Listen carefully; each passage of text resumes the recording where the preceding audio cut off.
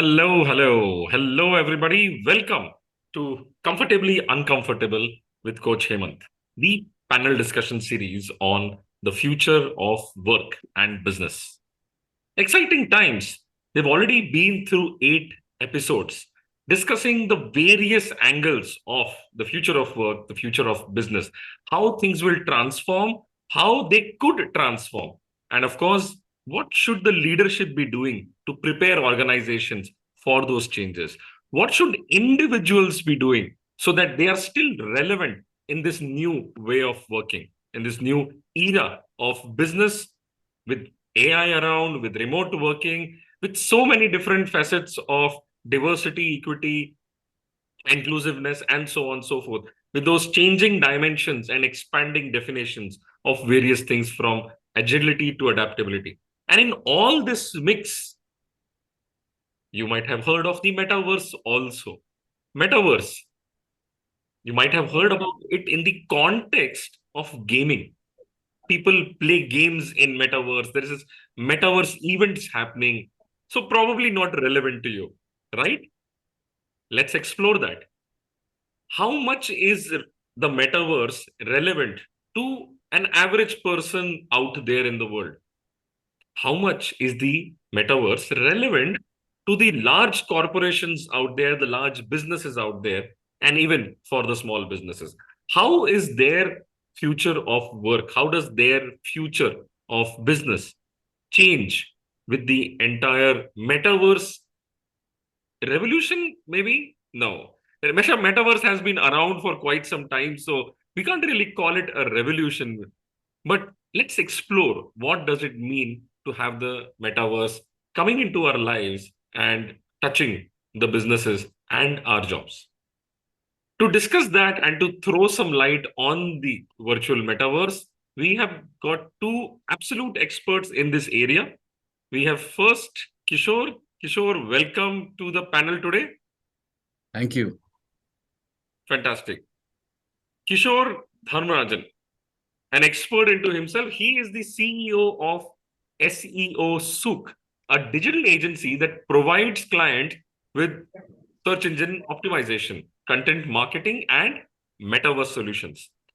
CEO's SEO Sook provides 700% ROI through its digital marketing and is the only agency of its kind in the entire region. He also runs the Digital Marketing Dubai Group, the DMD Group, on Facebook, which has got 92,000 members and is the fastest growing professional group in the MENA region. Thank you, Kishore, for being with us today and joining us for the panel discussion on the metaverse. Thank you, Hemant, for the welcome and looking forward to sharing some information and some bits of knowledge with the audience. Thank you. Thank you. Next, we have our panelist, Munish Diman. Munish is the founder and CEO of an internationally renowned emerging tech company, Gesture Research and Stylistic.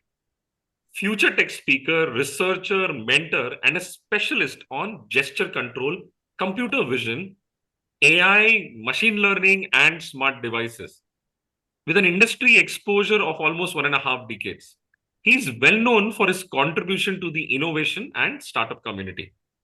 He's part of the elite entrepreneur group like Champions of Change, a group of hand-picked entrepreneurs who work with the Prime Minister and the cabinet ministers in India on policy making and startup initiatives. They are literally shaping the future of the country.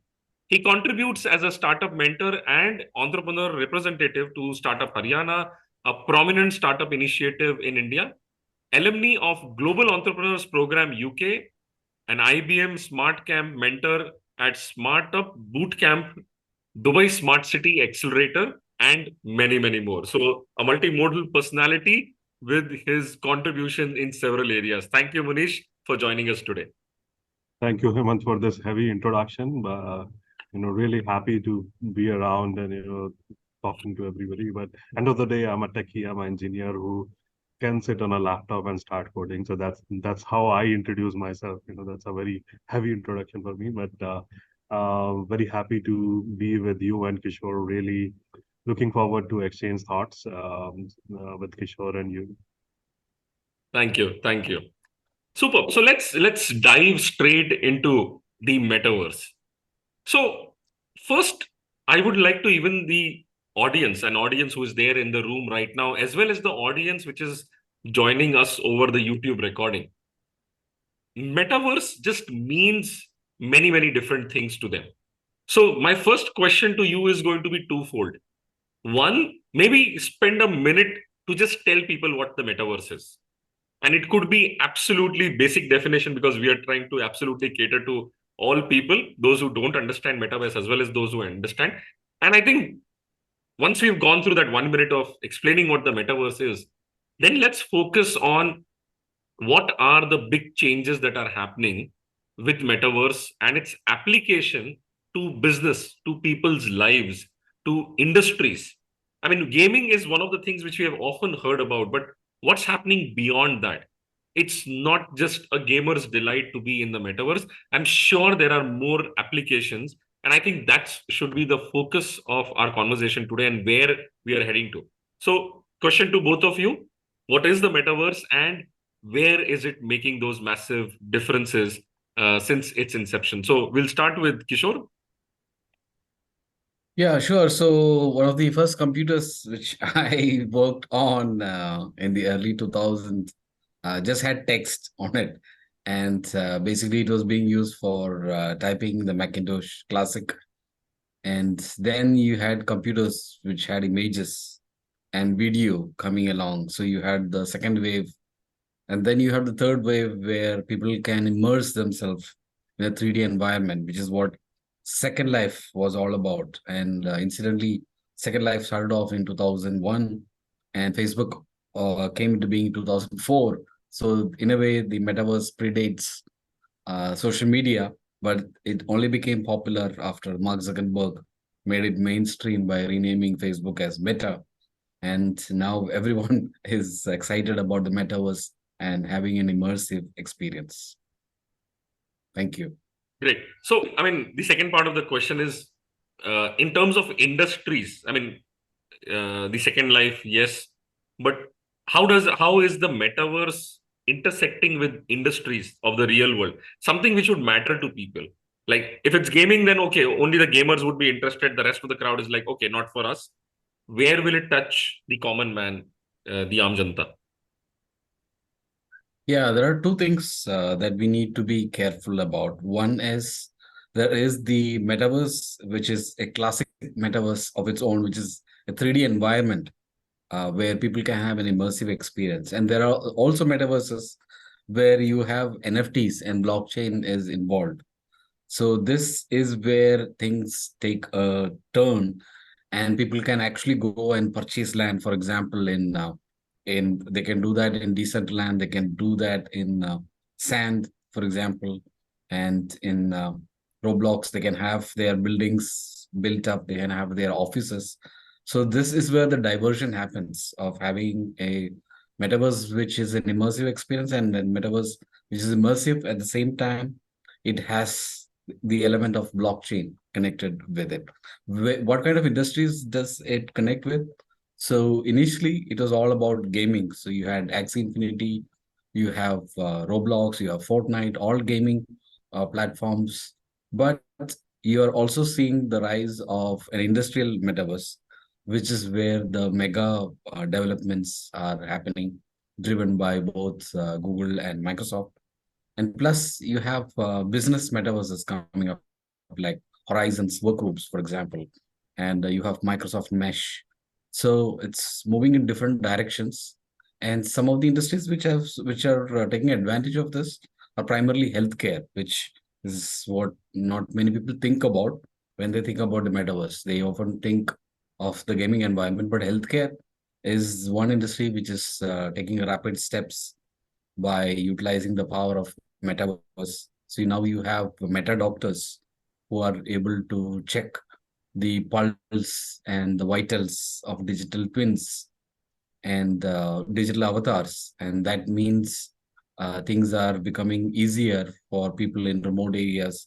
They can have the same high quality medical treatment that people in cities enjoy. So we are going through interesting developments. Wow, that was new. I mean, healthcare and metaverse.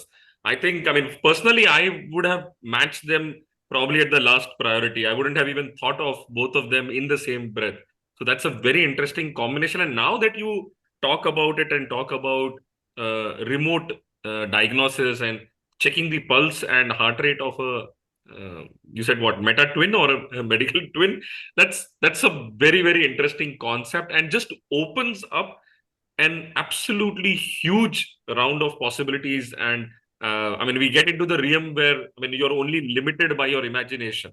So much can be done there. India being a very large country, there could be so many use cases, and similarly across the world. So thank you for that and very interesting thing.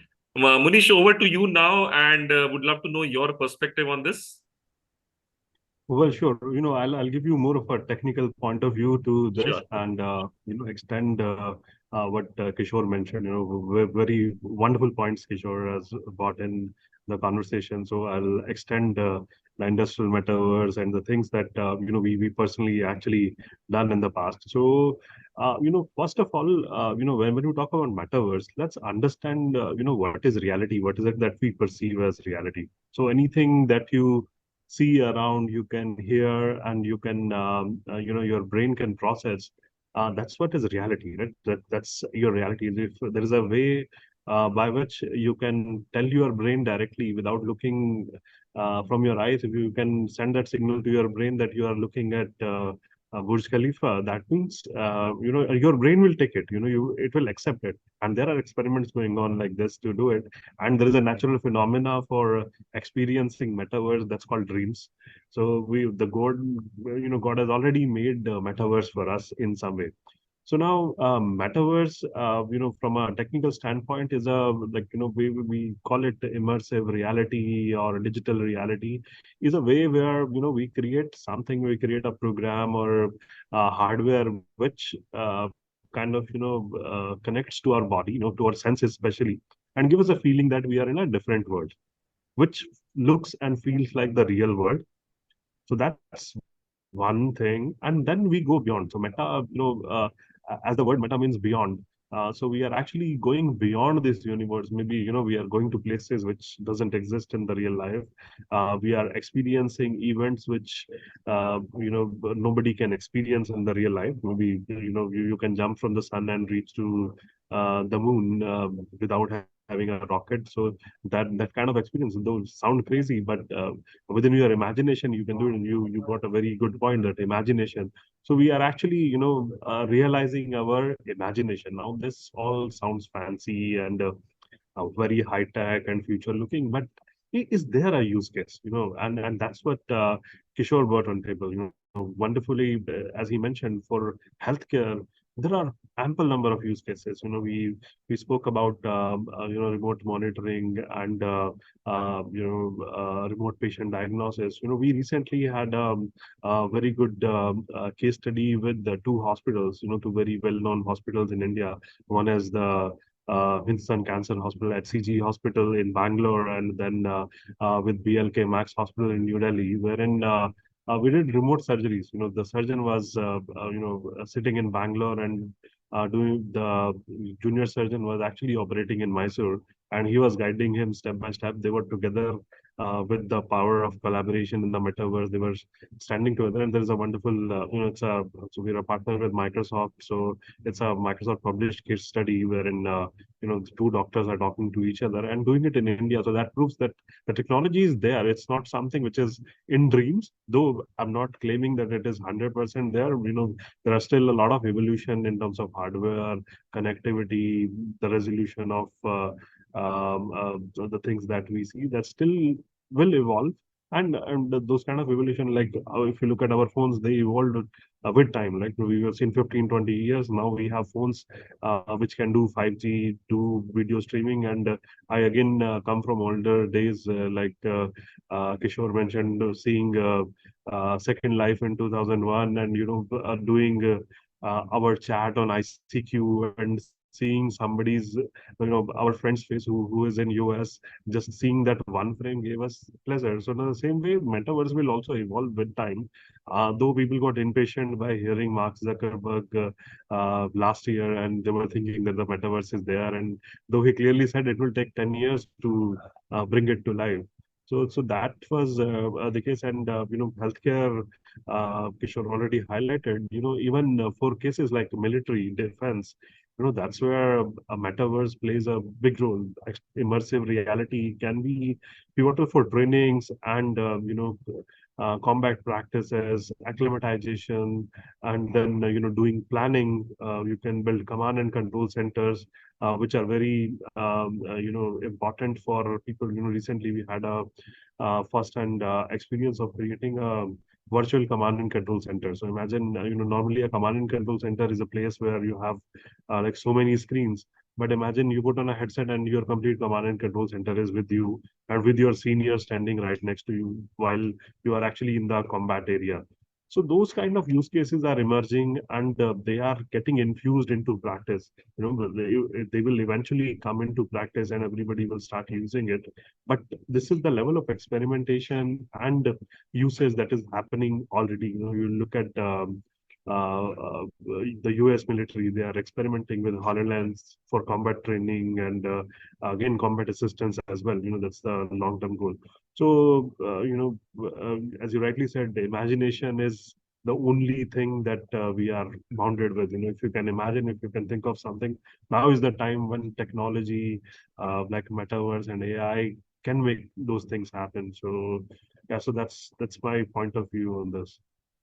Superb, superb. I think after talking about the healthcare implications, now you've touched upon so many different areas, but talking about military now, that again opens up a completely new way of thinking about how metaverse could be applied. And while you were talking about the combat possibilities of and uses of metaverse, I was like in my mind thinking, oh, it could be used for pilot training. Oh, it could be used for all the different kind of trainings where situation is pretty hazardous and training is happening in simulated environment today and it's incomplete. But if you could take it to the metaverse to the next level, it could reach near reality. And we keep extending this idea, and then you could find so many avenues where not just training, but even execution would not require all the experts to be present in the same place. Only one person who is actually doing is going there while all the experts are joining in the metaverse remotely and so on. Quite a lot of possibilities open up. So lovely. But I think, so what we have touched upon is these two areas of healthcare and military applications, and we can now extrapolate where all it will go. I think it will impact, of course, the offices and the way of working from the employee perspective. And of course, new businesses will open up. So nature of business will also change. In all this, what are the challenges that will be faced by businesses, by organizations, by the leaders of tomorrow in looking at the world with the metaverse interplay and also managing employees and their expectations? So just these two angles. I would like to focus a bit on the challenges that would be coming in because of the metaverse. So Kishore, once again, we'll come to you first. Yeah, sure. So the biggest challenge that the metaverse is facing, no matter what industry you are involved in, is the lack of footfall. So no metaverse has the kind of footfall that you can expect in a social media channel. And the reason is very simple. It's because uh, you are moving in an area with a lot of restrictions. So you need to have VR headsets, for example, when you want an actual immersive experience. Although you can use Decentraland, for example, even on your laptop and mobile phone. But if you want the true immersive experience, you definitely need the VR headset. And one of the challenges of the VR headset is that it's not very comfortable. One, number two, it messes up with your vision.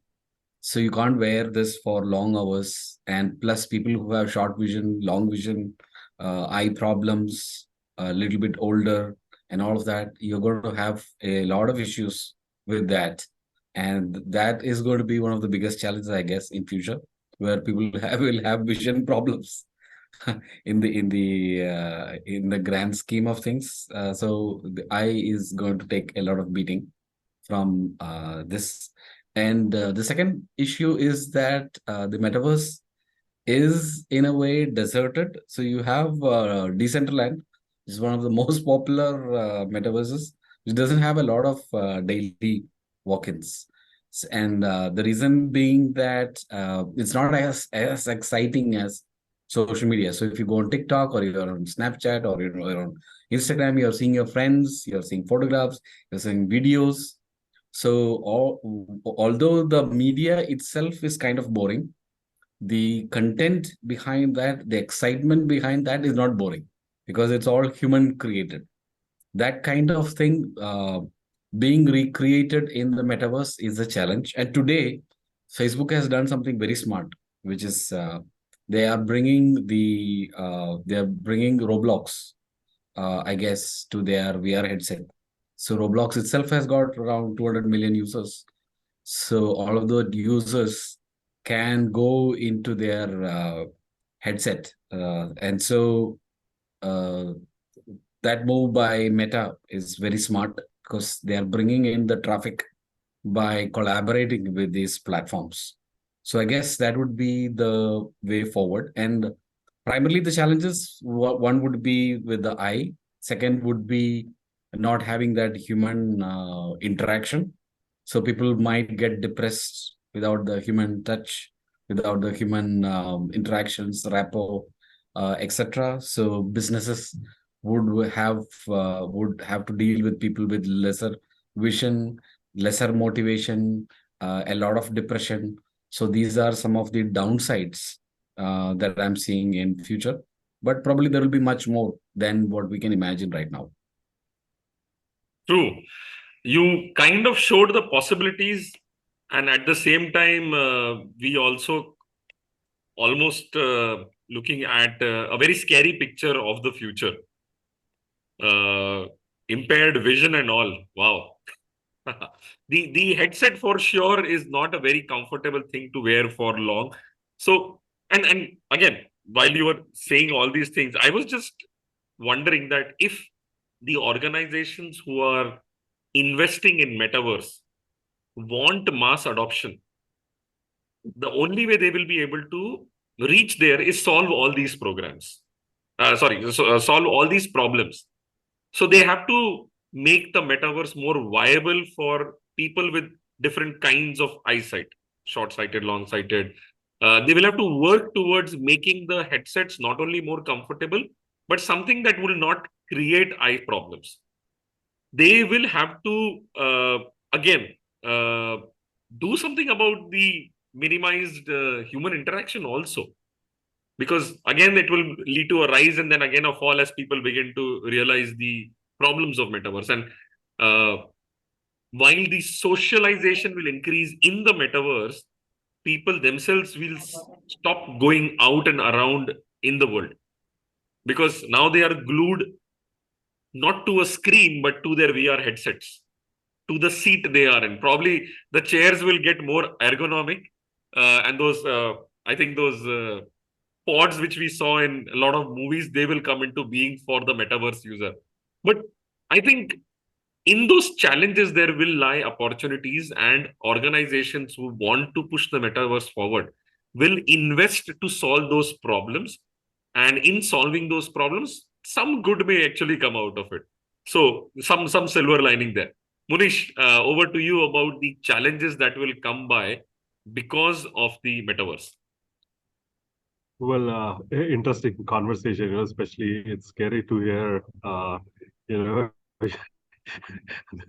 the problem that can happen to you with the metaverse. Though I have my son, and I don't really want him to wear the headset all the time. Though it's available. I have all the headsets available in my home, but I ensure that he doesn't use it too much. So that's that's a problem that is very genuine. It's not something which needs any explanation. We have seen our times when we were not allowed to watch TVs. When we were kids, today's kid, they can see their phone all the day and without having any problems. But we had our times when we have those CRT TVs. If you watch it for like 2 hours, you can feel the pain in your eyes. And we have seen those times. So, metaverse is at that stage right now where right now we have that blue light filter on phones and we have safeguards. Everybody talks about it. So now, I take the same analogy as I took before that, there is evolution that is happening. You rightly said, we are at the CRT of the metaverse right now, though it looks very evolved and fancy, but still, there is a long way to go. And these things, especially, to match it with people with the varied eyesights, give them avenues of either using it with their existing glasses or having some adjustments which can make them feel comfortable inside the headset. So those are, some of the very clear challenges that we see. And the very challenge that we have right now with the technology is the usability aspect also, and the you can say the profitability of it, what exactly you take out of it. So that those factors are still evolving. We spoke about healthcare, defense, and other use cases. These use cases are evolving. So maybe, once we understand a clear vision of, what really we want to take out of it, that understanding kind of becomes a bottleneck. I'll give you a very interesting example. We were trying out metaverse for education, and that's like a very like a no-brainer use case. And we came across one very interesting case wherein one student who came from South India, he was a very little kid, was not able to recognize, for a tree, he had a different perception because he has seen coconut trees. He has never seen a mango tree or the trees that you see in North India, right? And though he understood that this is something that I have seen, but he was not really convinced with the idea of this being a tree because he has seen those trees which look different. And then with the power of metaverse, you can actually acclimatize these people with different aspects of life in different part of the world. That's one of the example. And once we have these kind of examples which can bring in the importance of using this immersive technology, that's done at a very slow pace at the moment, because of the other challenges that we have, because the eyesight and other, that on the first state itself it gets kicked out. And especially if we talk about industrial metaverse, wherein we can still find people with good eyesight who can use these headsets. There is an adaptation challenge wherein when they have to apply it on scales, especially I spoke about the usage of HoloLens for military in US. So that was easy because they are like one of the biggest spender on their defense systems. But still, it was not done for everybody. It was done like a very small pilot, and it will scale once we have a feasible cost for these headset. The headset they use there is like a $10,000 headset. So, that price point, not exactly the figure, but roughly the cost goes up to $10,000. So, to give that additional budget for every defense personnel becomes a challenge. So, we need to have headsets which are more acceptable, affordable, and accessible. So that these are three things that we need to bring in, and maybe it might not even be a headset. If you look at some visionaries like Mr. Elon Musk, who said, "I can fit in a chip in your brain and you directly talk to your brain itself." Let's hope someday that kind of vision also become true. But yeah, still, there are so many technical challenges that we need to solve before we really bring metaverse to the mainstream. So at this moment, it is more experimental and used by people who are really future looking and experimenting. Like, they are the fast users. Yes, I mean, I think a very valid perspective that while the technology has been around for, I would say, decades and it's been growing and developing, in terms of adoption, we are still looking at the early adopters, probably. And we are still figuring out what could be the possible applications where metaverse can be used. And amongst all of that, where is the possibility of scaling it up? And then the scaling up will also depend on solving the comfort and vision problems of the headset. At the same time, making the headset affordable. I think we saw that similar takeoff or with mobile phones. When it started off, it seemed very expensive to everybody, and then over a period of time, as the handset became cheaper, the adoption rose. The calling rates fell, the adoption rose. Both fueled the adoption. Similar could be a fate with the metaverse, where as the value proposition, the price versus the value balance tips, there will be more and more adoption. And I think with enough iPhone users around, they at least know that there is this one big mass who's ready to spend, if not higher than that, which is what Apple is trying to do right now. I think their VR headset is pitched at quite a high price. So unless that price comes down, we'll get a feel of how many metaverse users of the serious kind who will spend some serious bucks on the VR headsets will be out there. And once the device usage begins, then we'll start the whole monitoring of how much is it being used, the usage parameters, the usage metrics. Of course, then we will also start seeing some health problems arising out of it. And we'll go through that entire cycle, something which we have gone through with mobile phones, with any new technology which has come in and created issues of different kinds. And in all this evolution, we will find our space. The evolution of the tech as well as the applications will grow. Fantastic. So we talked about these challenges. Now, I think some of these challenges will have to be met head on in terms of government regulations, where governments can pitch to it, the entire startup community who will be very enthusiastic about the metaverse, the Facebook, Meta, Google, their investments and how they create a platform. Because a lot of development gets triggered when one of these large players creates a platform and invites the masses, the programmers and the developers, like, come, I've created a platform for you, made it easy for you to do the development, just start off.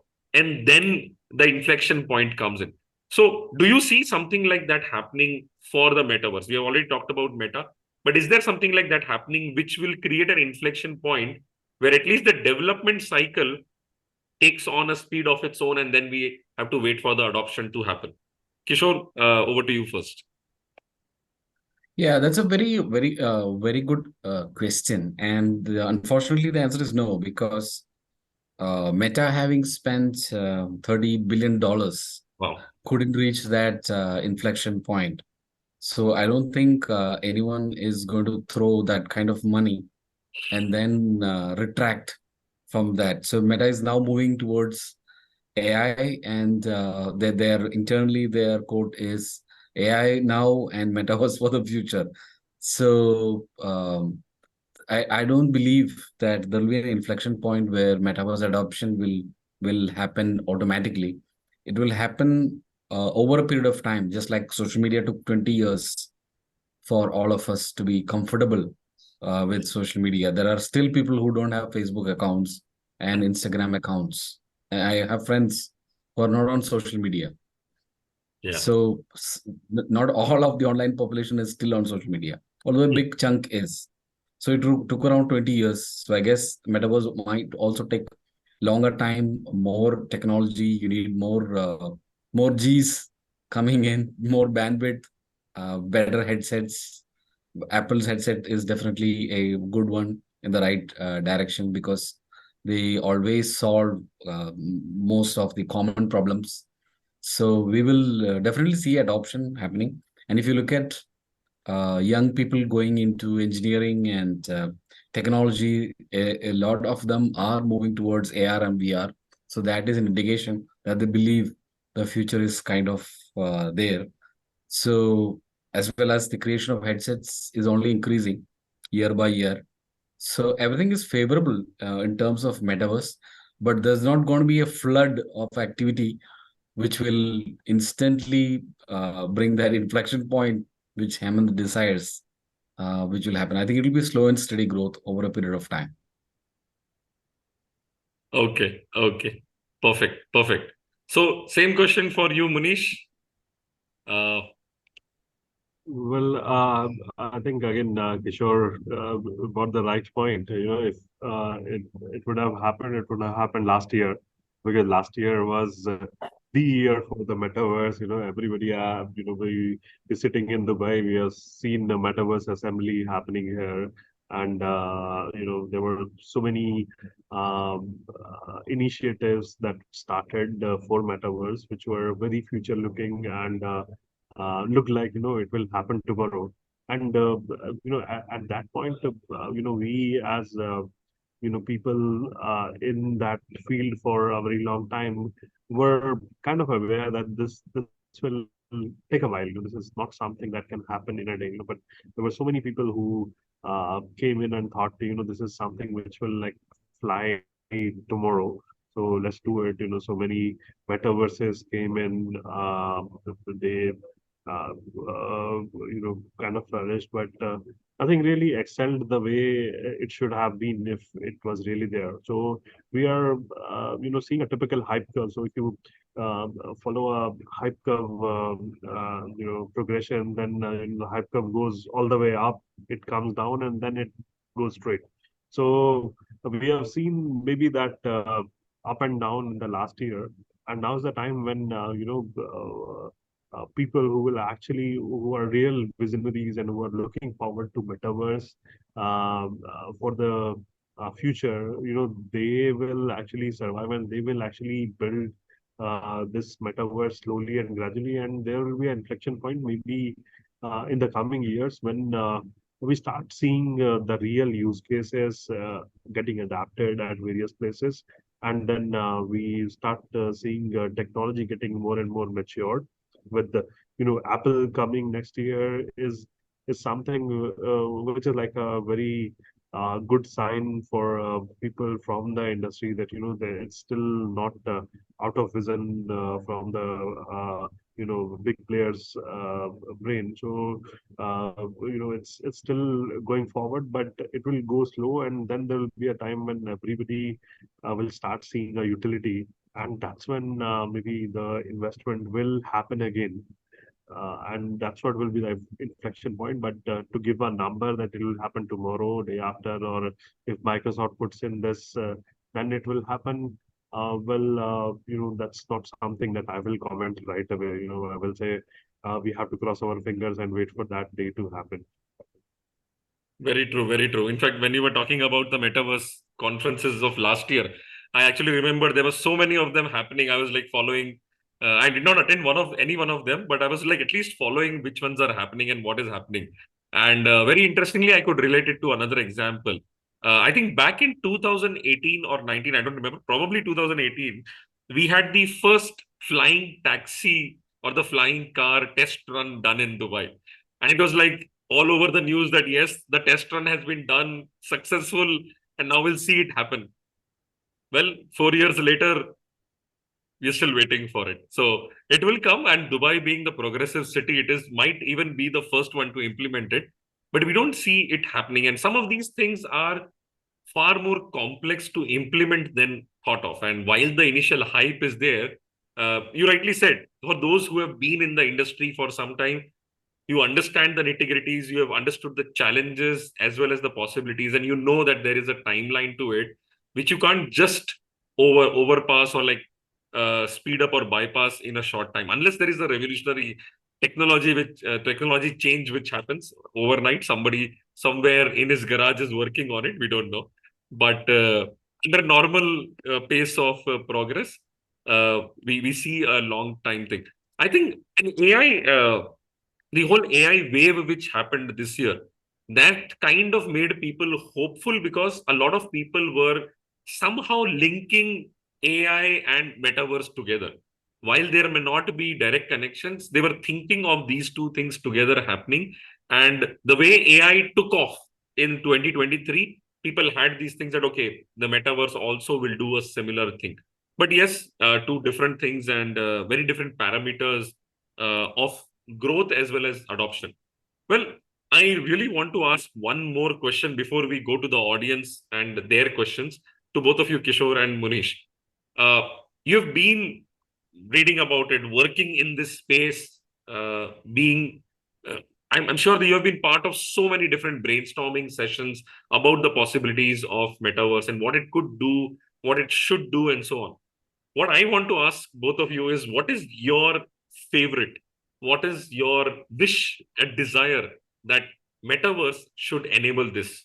It could be a dream come true for you, maybe as your own project, or like somebody should do this. Like in beauty contests or beauty pageants, they say, no, world hunger should be wiped out. That kind of a dream thing. What is your dream project or dream application of the metaverse? Something very realistic. So, Kishore first. Yeah, so if it is realistic, then it's all partly under process. Okay. But if you're looking at something totally unrealistic, I guess it could solve a lot of issues connected with pollution, for example, Okay. because you now have already digital twins of factories, of oil rigs, of car manufacturing plants, all operational.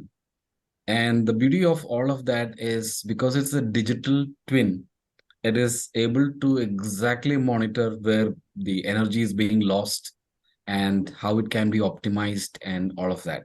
Wow. So there are a lot of loopholes still left, but once that kind of technology becomes mainstream, every building, every factory, every car will have a digital twin, which will be very optimized, meaning that the optimization can be reverse engineered and applied back on the original.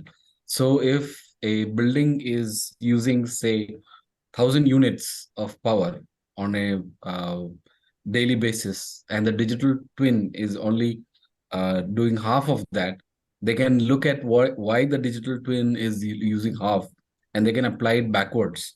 That means in future, power problems might go away because of the metaverse. Also, the good news is that new energy sources are being developed, like nuclear fission, which is a clean way of generating electricity without much of space and so forth. So I think in future, all of us will enjoy free electricity, free power in every part of the globe, and the metaverse could also feed into that. Wow, wow. That's quite an interesting one. I did not even think of that as an application of the metaverse trying to solve power problem. The electricity kind, not the political kind. But yes, Munish, what would be your dream uh, application? Well, again, if you talk to me, it will be a dream application wherein, I feel that, we have a relevance even when we are not in this world. Anybody who lives there, we are relevant for somebody. Like, there are so many people who are not with us, but still relevant to us. Maybe our grandparents, our parents, or somebody whom we loved.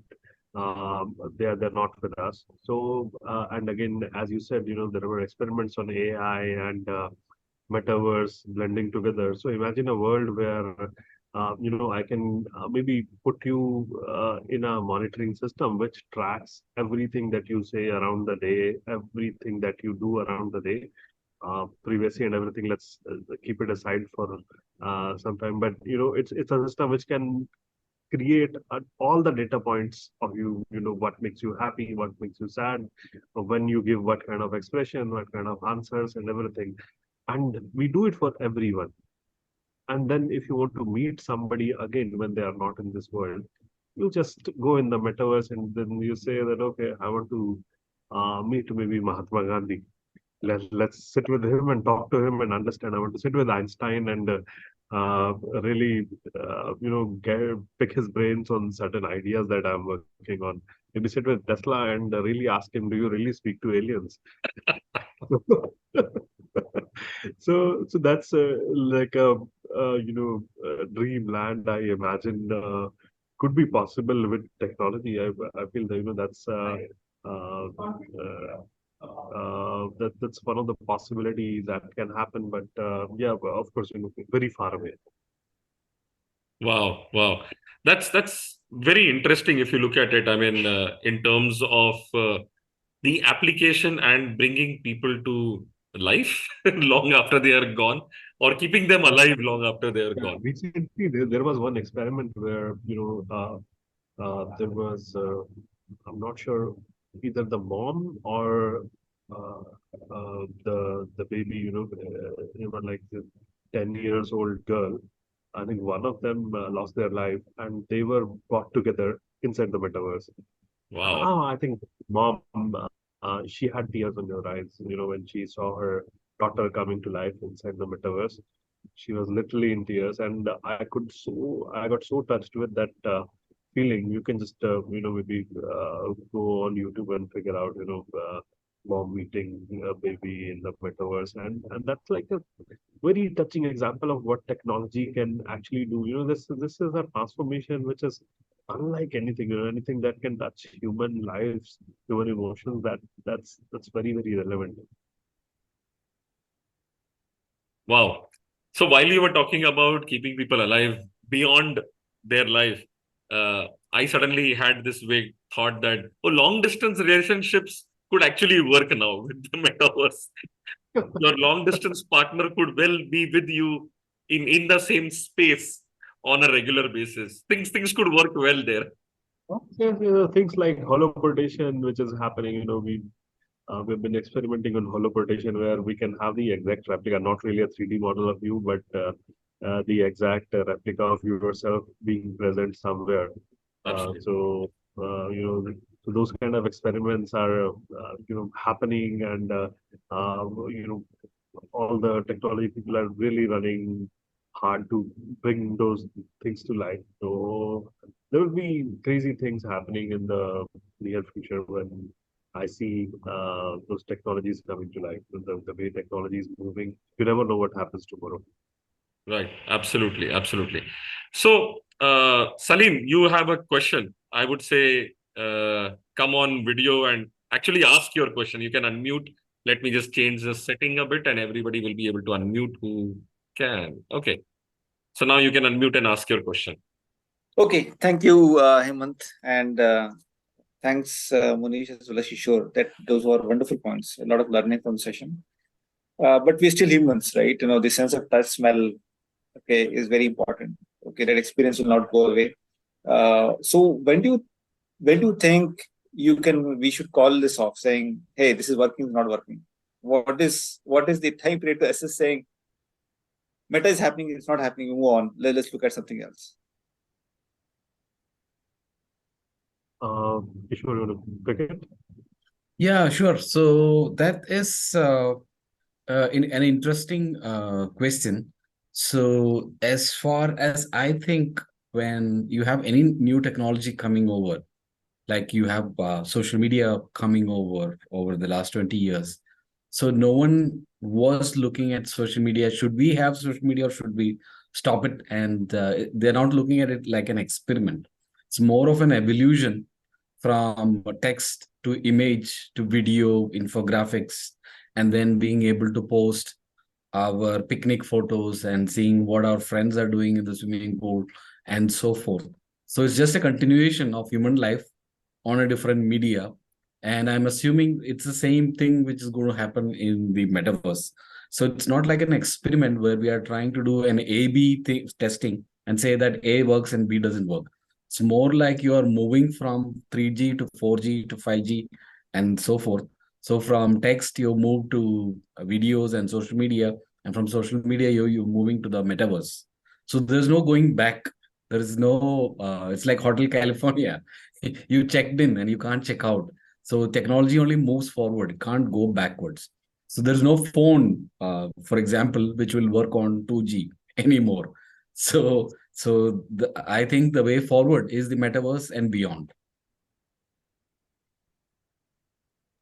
Munish, would like to add something? Yeah, the point rightly picked up, and I, so have a very concurrent view with Kishore. I'm really surprised and happy that, we share so much in our thought processes. So, yeah, so, when we talk about the metaverse, and the things that are there, there are so many um, uh, views about it, depending on your personal choices, preferences, and the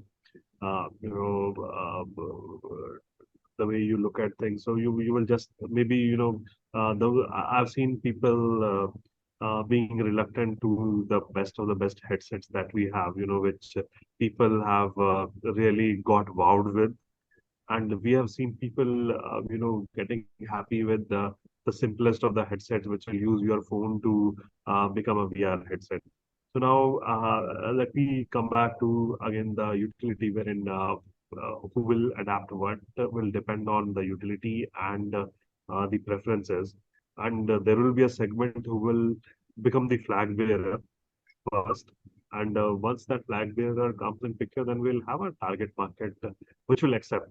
Not everybody will accept it on day zero. And once that flag bearer start moving forward, that's when we'll start solving problems with people who are unhappy and not really accepting the metaverse. For sure, they will become the audience to this new tech.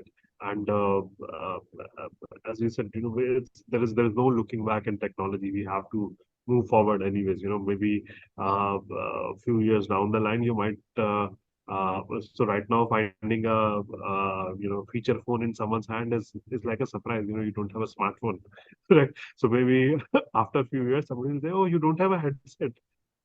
You're still using smartphones. You're still on iPhone 14." so so that day will come for sure. But today somebody will say, yeah, I can do everything on my iPhone. Why should I use this headset? Of course, yeah, that's there. But there will be flag bearers who will pick up technology first, and then of course, everybody will start following, and then there will be a day where people will start teasing you for having iPhone 14. Yeah, perfectly said. So, not the expert in the room, but my observation I would like to share. So, Salim, we come from that age which saw the typewriter and the computer and that evolution.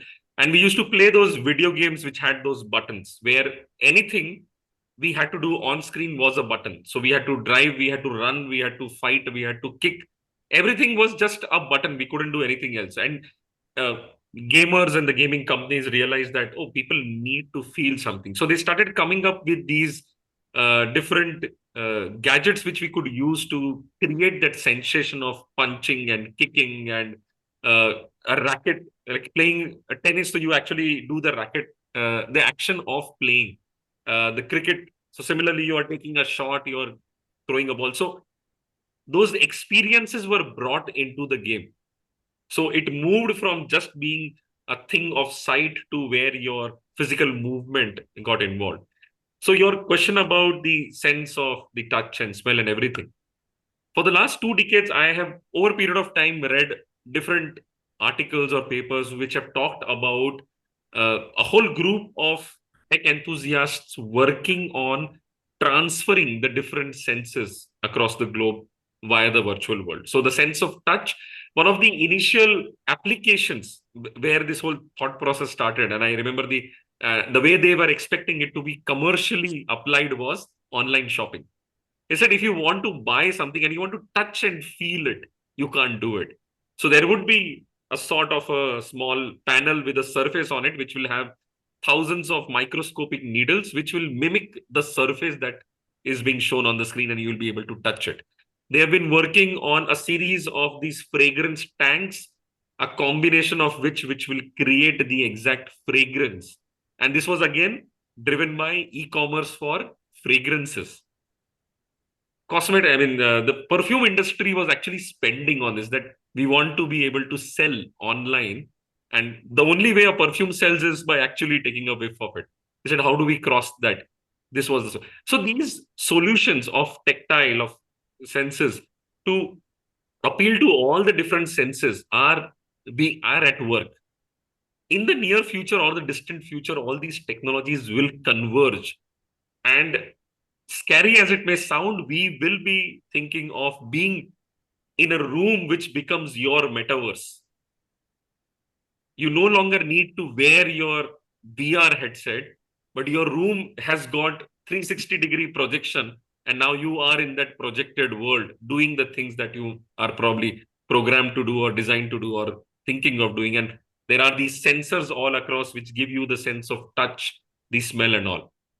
This is a figment of my imagination, fueled by various pieces of information which I've seen online over the years. But once those chess pieces or jigsaw puzzle pieces start falling in place, the big picture will emerge. So that's how I see, as a response to your query, a beautiful query, I would say. We being humans, when do we get away from it or stop? But this is a ship which has sailed and it's not coming back. It will only go forward, and it will adapt, and it will just become more and more real for us. Yes, Ali. Yeah, I love the perspective what all of you have gotten. Yeah, it makes sense, and I think interesting future. Absolutely, absolutely. So we have come to the final moments of the panel discussion. Absolutely crazy joyride it was, looking at the possibilities of metaverse. And for me, at least, there were these new perspectives of healthcare, of education, how metaverse could change education completely by giving an immersive experience. And then, of course, the military applications and the world we could be in. An amazing insight and exploratory journey of the future. And I think for the people watching, as consumers, we will have to grow and embrace some of these technologies. As employees of certain organizations, will deal with them.